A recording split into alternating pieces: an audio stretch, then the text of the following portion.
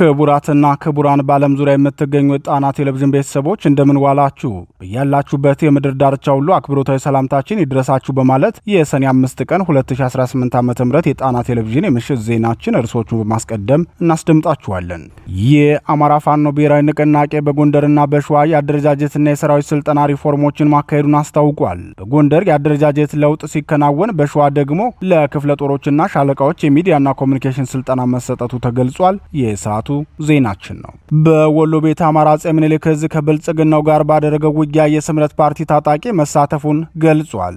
ዕዙ የፓርቲውን ታጣቂ ከብልጽግና ጎን ተሰልፎ እየወጋኝ ነው ሲል የከሰሰ ሲሆን ፋኖ ስምረትን ሲከስ ብልጽግና ህወሓትን ሲከስ መቆየቱ ይታወሳል። ዘገባውን በሰፊው ይዘነዋል፣ እናስደምጣችኋለን። የአማራ ፋኖ ብሔራዊ ንቅናቄ በወሎ ከብልጽግናው ሰራዊት ጋር ባደረገው ተጋድሎ ከፍተኛ ድል ማስመዝገቡን ገልጿል። በጎጃም ደግሞ የብልጽግናው ሰራዊት እየተበተነ እንደሆነ ተነግሯል። በየቀጠናው ያለውን ወታደራዊ የውጊያ መረጃዎችን በዝርዝር ይዘናቸዋል፣ እናስደምጣችኋለን። የብልጽግናው ሰራዊት አባላት ከካምፕ እየወጡ ፋኖን እየተቀላቀሉ ነው የሚለው መረጃ መነጋገሪያ ሆኗል። አዛዦቹም ለስብሰባ ተቀምጠዋል። በወልዲያ አካባቢ ከአንድ ክፍለ ጦር የወጡ ወታደሮች ሙሉ ትጥቃቸውን ይዘው ፋኖን ተቀላቅለዋል ተብሏል። ይህ ክስተት ምን አንድምታ አለው የሚለውን በሰፊው ይዘነዋል። ኢትዮጵያን 3 አስፈሪ ጣፈንታዎችና አንድ መልካም አማራጭ ይጠብቃታል ሲሉ የኦፌኮ ሊቀመንበር ፕሮፌሰር መራራ ጉዲና የሰጡት አስተያየት ትኩረት ስቧል። ፖለቲከኛው ምን ማለታቸው ነው? ለሀገሪቱ የተነበዩት አደጋዎችና የመፍትሄ ሀሳቦቻቸው ምንድናቸው የሚለውን ትንታኔ ይዘንበታል፣ ይቀርብላችኋል። የተወደዳችሁና የተከበራችሁ የጣና ቴሌቪዥን አድማጭ ተመልካቾቻችን እነዚህንና ሌሎች መረጃዎችን ይዘናል። እስከ ፍጻሜው አብራችሁ እንድትቆዩ እየጋበዝን ወደ ዝርዝር ዜናዎቹ እናልፋለን።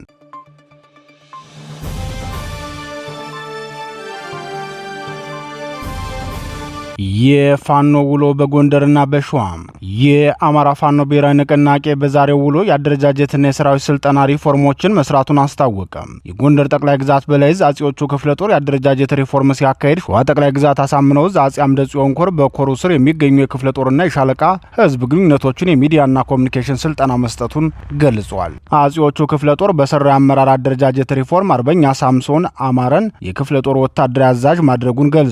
የ202ኛ ኮር የህዝብ ግንኙነት ክፍል አደረጃጀት መረጃውን አስመልክቶ ለጣና ቴሌቪዥን በላከው መረጃ በሰዓት ተፈትኖ እንደ ወርቅ ነጥሮ የወጣው የአጼዎቹ ክፍለ ጦር የአመራር ሪፎርም ማደራጀት የህዝና የኮር አመራር በተገኙበት ተካሂዷል። ክፍለ ጦሩ በመጣበት አኩሪ የትግል መንገዱ አሁንም ራሱን እንደ ንስር አድሶ እንደለመደው ጠላትን የማስጨነቅና የመምታት ግዳጅን አጠናክሮ ይቀጥላል። ዛሬ የተሰራው የአመራር ሪፎርምም ክፍለ ጦሩን ለተለመደው ውጤታማ የግዳጅ ተልዕኮ ብቁ በሚያደርገው መንገድ ነው። በዚህም መሰረት በአዲስ መንፈስ፣ በአዲስ እቅድ፣ አዲስ አሰራር ይከናወናል ብሏል። አርበኛ ሳምሶን አማረ ዋና አዛዥ ሆኖ ሲመደብ፣ ምክትል ወታደራዊ አዛዥ ደግሞ አርበኛ አሸናፊ ሞገስ ሆኖ ተመድቧል። የክፍለ ጦሩ ዘመቻ መሪነትን አርበኛ መካሻው ገብሬ እንዲመራው ኃላፊነት ተሰጥቶታል። ልዩ ኦፕሬሽንን አርበኛ አንተነ ወርቁ እንዲሁም አርበኛ እሸቱ ወርቁ የክፍለ ጦሩ ህዝብ ግንኙነት ኃላፊ ሆኖ ተመድቧል። በአጠቃላይ 18 አባላት ያሉት የአመራር ሪፎርም ተሰርቶ አደረጃጀቱ ተጠናቋል። በሌላ ዜና የአማራ ፋኖ ብሔራዊ ንቅናቄ ሸዋ ጠቅላይ ግዛት አሳምነው ዕዝ አጼ አምደ ጽዮን ኮር በስሩ ለሚገኙ የክፍለ ጦርና የሻለቃ የህዝብ ግንኙነት ክፍል አመራሮች መሰረታዊ የአይሲቲ ቴክኖሎጂ ክህሎት አጭር ስልጠና ሰጥቶ ማጠናቀቁን አስታወቀም። ስልጠናውን ለመስጠት ያስፈለገበትን ምክንያት የዙ ህዝብ ግንኙነት መምሪያ ሲገልጽም የክፍለ ጦርና የሻለቃ የህዝብ ግንኙነት ክፍል አመራሮች ዘመናዊ የመረጃ አያያዝ እንዲሁም ቀልጣፋ የመረጃ ልውውጥን ለማሳለጥ ታስቦ የተዘጋጀ ስልጠና ነው ብለዋል። በዚህም መሰረት ለተጀመረው የህልውና ትግል ዘመናዊ አሰራርም በማጎልበት በኮሩ ስር የሚገኙ ንዑስ ክፍሎቹን እያበቃ መሆኑን የገለጸው የአፋብን ሸዋ ጠቅላይ ግዛት አሳምነው ዕዝ ስልጠናው በስኬት ሲጠናቀቅ ለስልጠናው የሚያስፈልጉ ቁሳቁሶችን በማሟላት ለሰልጣኞቹ ስምሪት መስጠቱን ጨምሮ ገልጿል።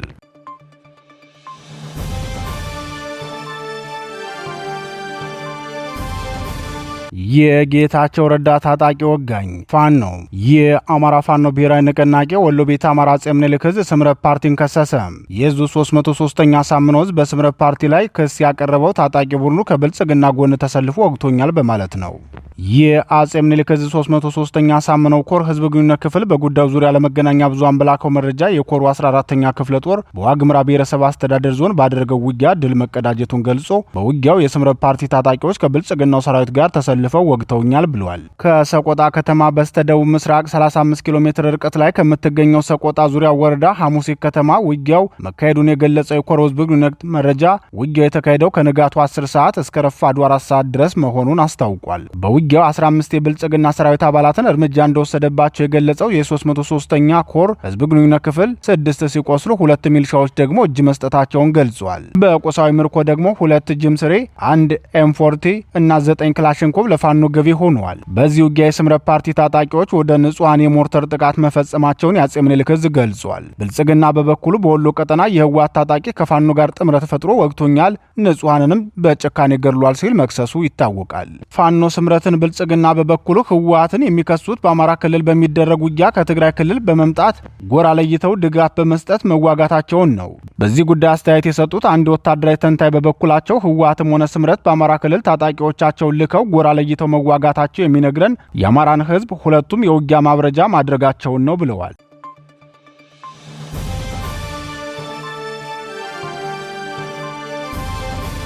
ፋኖ በወሎ ድል ሲያደርግ ብልጽግና በጎጃም ፈረሰ። የአማራ ፋኖ ብሔራዊ ንቅናቄ በወሎ ቤት አማራ አጼ ምኒልክ ዕዝ ከብልጽግናው ሰራዊት ጋር ባደረገው ብርቱ ተጋድሎ ከፍተኛ ጀብድ መፈጸሙን አስታውቋል። በጎጃም ጠቅላይ ግዛት ደግሞ የብልጽግናው ሰራዊት በየቀኑ መፍረሱን ቀጥሎበታል። የአጼ ምኒልክ ዕዝ 106ኛ ኮር በዕለቱ ያካሄደውን ተጋድሎ አስመልክቶ ለዝግጅት ክፍላችን በላከው መረጃ እንደገለጸው የ101ኛ ኮር 31ኛ ክፍለ ጦር በፈጸመው የከተማ ኦፕሬሽን የጠላትን ሰራዊት አመራር እርምጃ ወስዶበታል ብሏል። ትናንት ለዛሬ አጥቢያ በሰሜን ወሎ ዞን ፀሐይ መውጫ ከተማ የገባው የ31ኛ ክፍለ ጦር ልዩ ኦፕሬሽን ክፍል አንድ የብልጽግና መስመራዊ መኮንንን እርምጃ ሲወስድበት የሻምበል መሪውን ደግሞ በቁጥጥር ስር አውሏል። በከተማ ኦፕሬሽኑም ጥቁር ክላሾች፣ ወታደራዊ የጦር ሜዳ ሬዲዮ ከነ አክሰሰሪውና የብልጽግናን ሰራዊት በምርኮ መያዙን የገለጸው የ106ኛ ኮር ህዝብ ግንኙነት ክፍል አመራራቸው በፋኖ እርምጃ የተወሰደበት የመከላከያ ሰራዊት አባላት ባለቆቻቸው ላይ ከፍተኛ ተቃውሞ አንስተዋል። በተለይም ከዚህ ክልል አስወጡን የሚል ጩኸት ነበር ሲያሰሙ የነበረው በማለት ከውስጥ አርበኛ ክንፉ ያገኘው መረጃ አጋርቶናል። የሰራዊቱ አባላት አያይዘውም ከህዝብ ጋር አጣልታችሁ ህዝቡ እንዲጨርሰን አታድርጉን፣ መቼ ነው ጠረፍ ሂደን ለሀገራችን የምንሞተው? ለፖለቲካ መሞትም ሆነ መቁሰል 5 ዓመት ውስጥ ሰልችቶናል ሲሉ መናገራቸውን የደረሰን መረጃ ያመላክታል። በሌላ ዜና በጄኔራል ብርሃኑ ጥላውን የሚመራው የብልጽግናው 6ኛ ዕዝ ሰራዊት አባላት ዛሬም በተለመደው መንገድ ፋኖን ተቀላቅለዋል። የ6ኛ ዕዝ 75ኛ ክፍለ ጦር 5ኛ ሬጅመንት አባል የነበሩ የሰራዊቱ አባላት ፋኖን የተቀላቀሉት ሙሉ ትጥቃቸውን እንደያዙ ነው። የአማራ ፋኖ ብሔራዊ ንቅናቄ አጼ ቴዎድሮስ ዕዝ 206ኛ ኮር 24ኛ ክፍለ ጦር ስናን አባጅሜ ሻለቃን ከተቀላቀሉት የብልጽግናው ሰራዊት አባላት መካከል ሁለቱ ከኦሮሚያ ክልል የሄዱ መሆናቸውን የ206ኛ ኮር ህዝብ ግንኙነት ክፍል አስታውቋል። የኮር ህዝብ ግንኙነት ክፍል አክሎም ወታደር ዮሐንስ አምባሳና ወታደር ደቻሳ ደሪባ የተባሉት ሁለት የኦሮሚያ ክልል ተወላጆች የሰራዊቱ አባላት የብልጽግናውን ስርዓት ተቃውመው ከነሙሉ ትጥቃቸው ወደኛ መጥተዋል ብለዋል።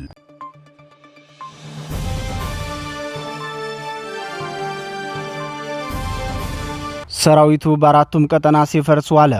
የብልጽግናው ነፍሰ በላ ሰራዊት በየቀኑ ከካምፕ እየጠፋ ፋኖ መቀላቀሉን ቀጥሎበታል። በዚህ የሰራዊት ተከታታይ መክዳት የተጨነቁት የሰራዊቱ መሪዎች ተከታታይ ስብሰባ በማካሄድ ላይ ናቸው። የብልጽግናው ሰራዊት 65ኛ ክፍለ ጦር ከወልዲያ በቅርብ ርቀት ከሚገኘው ካምፑ የሰራዊቱ አባላት ሙሉ ትጥቅና ከፍተኛ ቁጥር ያለው ተተኳሽ ይዘው የአጼ ምኒልክ ዕዝ 303ኛ ሳምነው ኮር 81ኛ ክፍለ ጦርን ተቀላቅለዋል። ፋኖን ከተቀላቀሉት የብልጽግና ሰራዊት አባላት መካከልም የሻለቃ አመራር ይገኝበታል። በሌላ ግንባር ደግሞ ትናንት የ801ኛ ክፍለ ጦርን ዋና አዛዥ ኮሎኔል አለሜን አጃቢ የተቀበለው ጎንደር ጠቅላይ ግዛት በላይ ዕዝ ሜጀር ጄኔራል ቫንታባተ ኮር ዛሬም ከ7 በላይ የብልጽግናውን ጥምር ጦር አባላት መቀበሉን አስታውቋል። የኮሩ የህዝብ ግንኙነት ክፍል እንደገለጸው የብልጽግናው ሰራዊት አባላት ፋኖን የተቀላቀሉት ፋኖ መር የአማራ ህዝብ የሉና ትግል ታሪክ የመጀመሪያ ለሆነው ጉና ክፍለ ጦር በስሩ ለሚገኘው ውስጥ የደንሳ ብርጌድ መሆኑን ተናግረዋል። ፋኖን ከተቀላቀሉት የብልጽግናው ጥምር ጦር ሰራዊት መካከል የባዲን አድማ ብተናና የብልጽግና መከላከያ ሰራዊት አባላት መሆናቸውን የሜጀር ጄኔራል ቫንታባት 1ኛ ኮር ህዝብ ግንኙነት ክፍል ለዝግጅት ክፍላችን በላከው መረጃ አስታውቋል። በዚሁ የአማራ ፋኖ ብሔራዊ ንቅናቄ የተጋድሎ መረጃ የሸዋ ጠቅላይ ግዛት አሳምነው ዕዝ ነበልባል ክፍለ ጦር ታላቅ ጀብዱ መፈጸሙን አስታውቋል። የዙ ህዝብ ግንኙነት መምሪያ ለጣና ቴሌቪዥን እንደገለጸ የአማራ ፋኖ ብሔራዊ ንቅናቄ ሸዋ ጠቅላይ ግዛት አሳምነው ዕዝ ከሰም 2ኛ ኮር ነበልባል ክፍለ ጦር ቃኞች በብልጽግናው ጥምር ጦር ላይ መብረቃዊ የደፈጣ ጥቃት በመፈጸም በአረርቲ ከተማ ዙሪያ ልዩ ስሙ ተክልየ በተባለ ቦታ ከአረርቲ ከተማ ወጥቶ የደፈጣ ጥቃት ለማድረስ ሲንቀሳቀስ በነበረ የብልጽግና ጥምር ጦር ላይ ከፍተኛ ኪሳራ ደርሶበታል ሲል ተናግረዋል። በዕለቱ ነበልባል ክፍለ ጦር በፈጸመው ጥቃትም የብልጽግናን ሰራዊት መንገድ እየመሩ የነበሩ በርካታ የባዲ ሚሊሻ አባላት እርምጃ ተወስዶባቸዋል። በፋኖ በኩል 0 መስዋዕትነት መከፈሉን የዙ ህዝብ ግንኙነት መምሪያ ገልጿል። ከወታደራዊ ተጋድሎ በተጓዳኝ አማራ ፋኖ ብሔራዊ ንቅናቄ ሸዋ ጠቅላይ ግዛት አሳምነው ዕዝ መሐመድ ቢሆነ ኮር ጣይቱ ክፍለ ጦር አልዩ አምባ ላይ ከሚገኘው የባዲን አድማ ብተና 29ኛ ሻለቃ አባላት ሙሉ ትጥቅና በቂ ተተኳሽ እንዲሁም ወታደራዊ ሰነዶችንና የውጊያ ካርታ እንደያዙ ፋኖን ተቀላቅለዋል።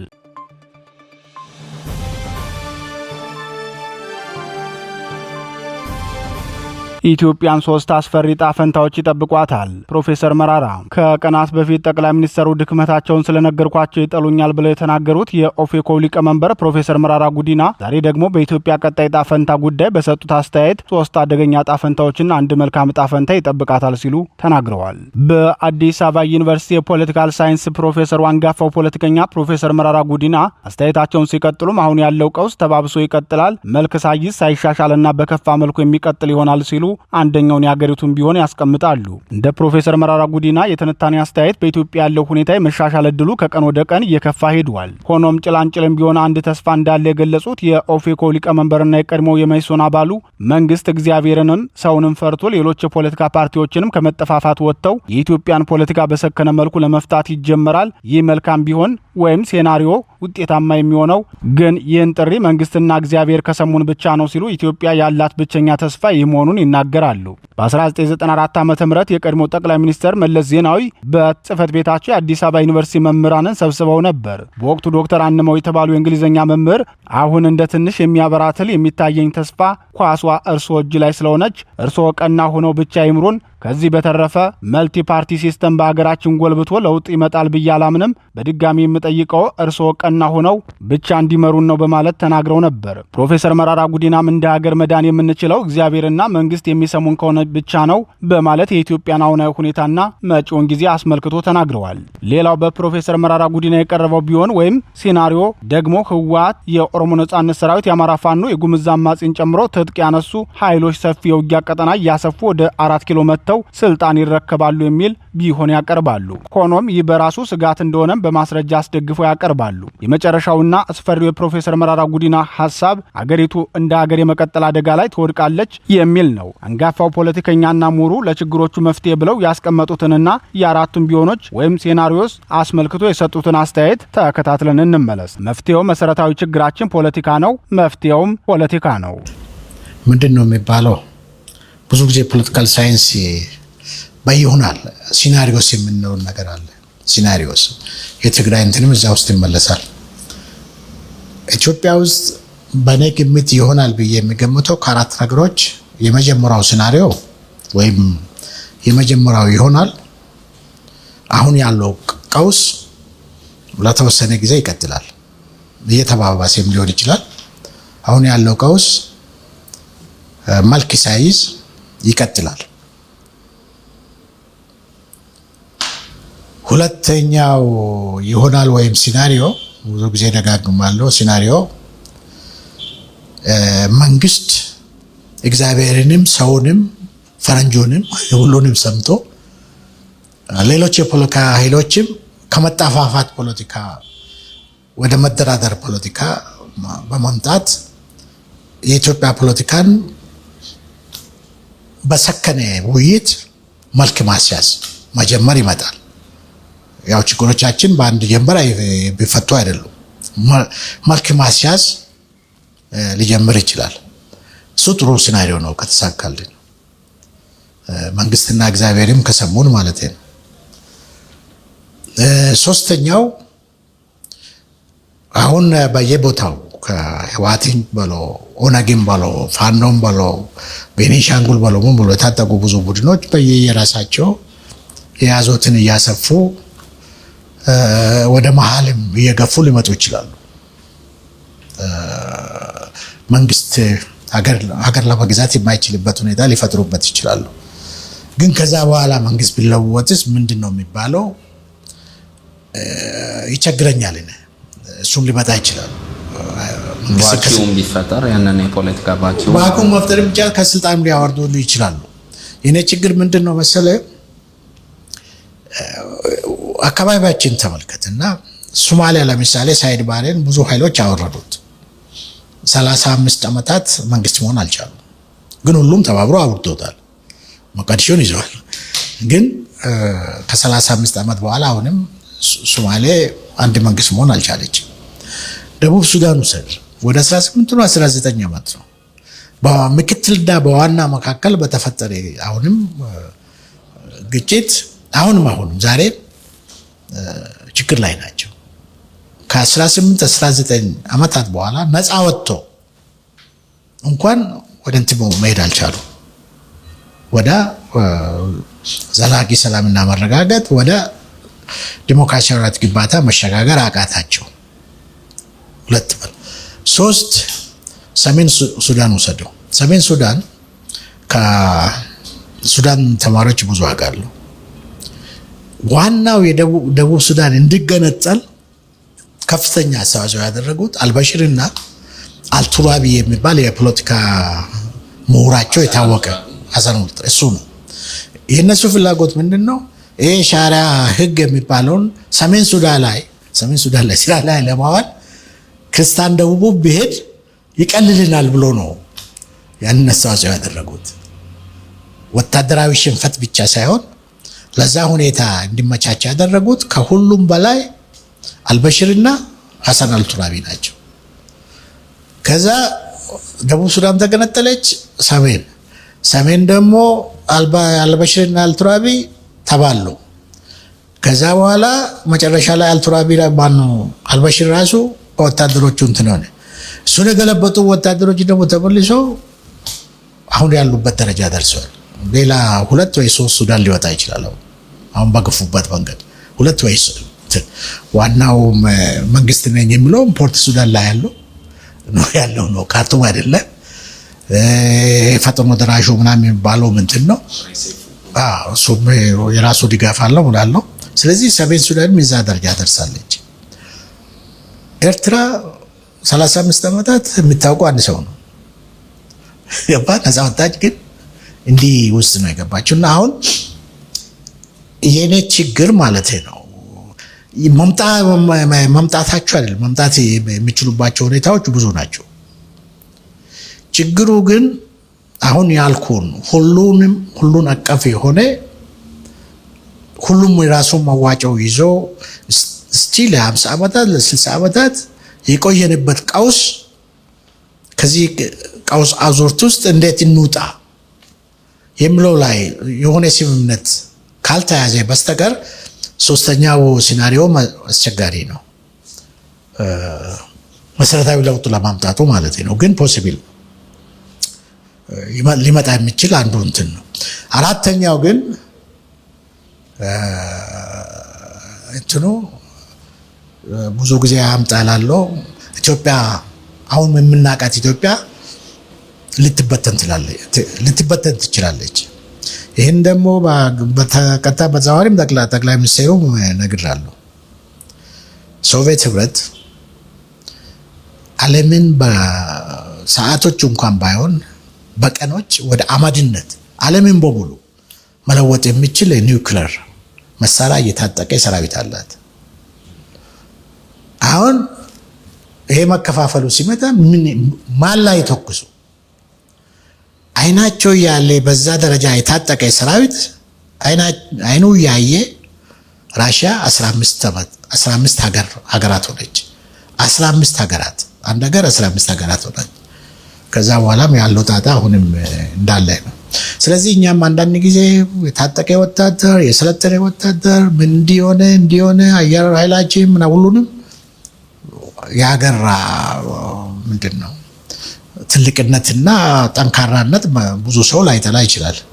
በዛ ብቻ አሁን የገባንበት የውስጥ ችግር ነው ችግራችን። እነዛ ነገሮች ብዙ የሚጠቅሙ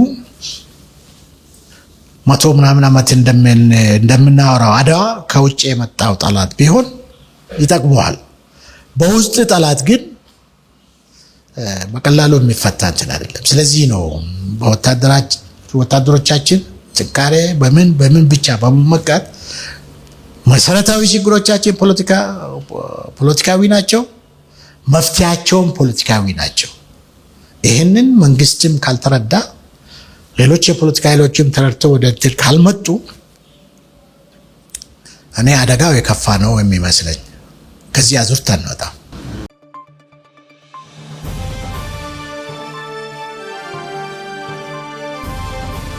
የተወደዳችሁና የተከበራችሁ የጣና ቴሌቪዥን አድማጭ ተመልካቾቻችን የሰዓቱ ዜናችን የተከታተላችሁትን ይመስል ነበር። ምርጫችሁ ስለምታደርጉን ከልብ እናመሰግናለን። ተሰናበትናችሁ። ጤና ይስጥልን።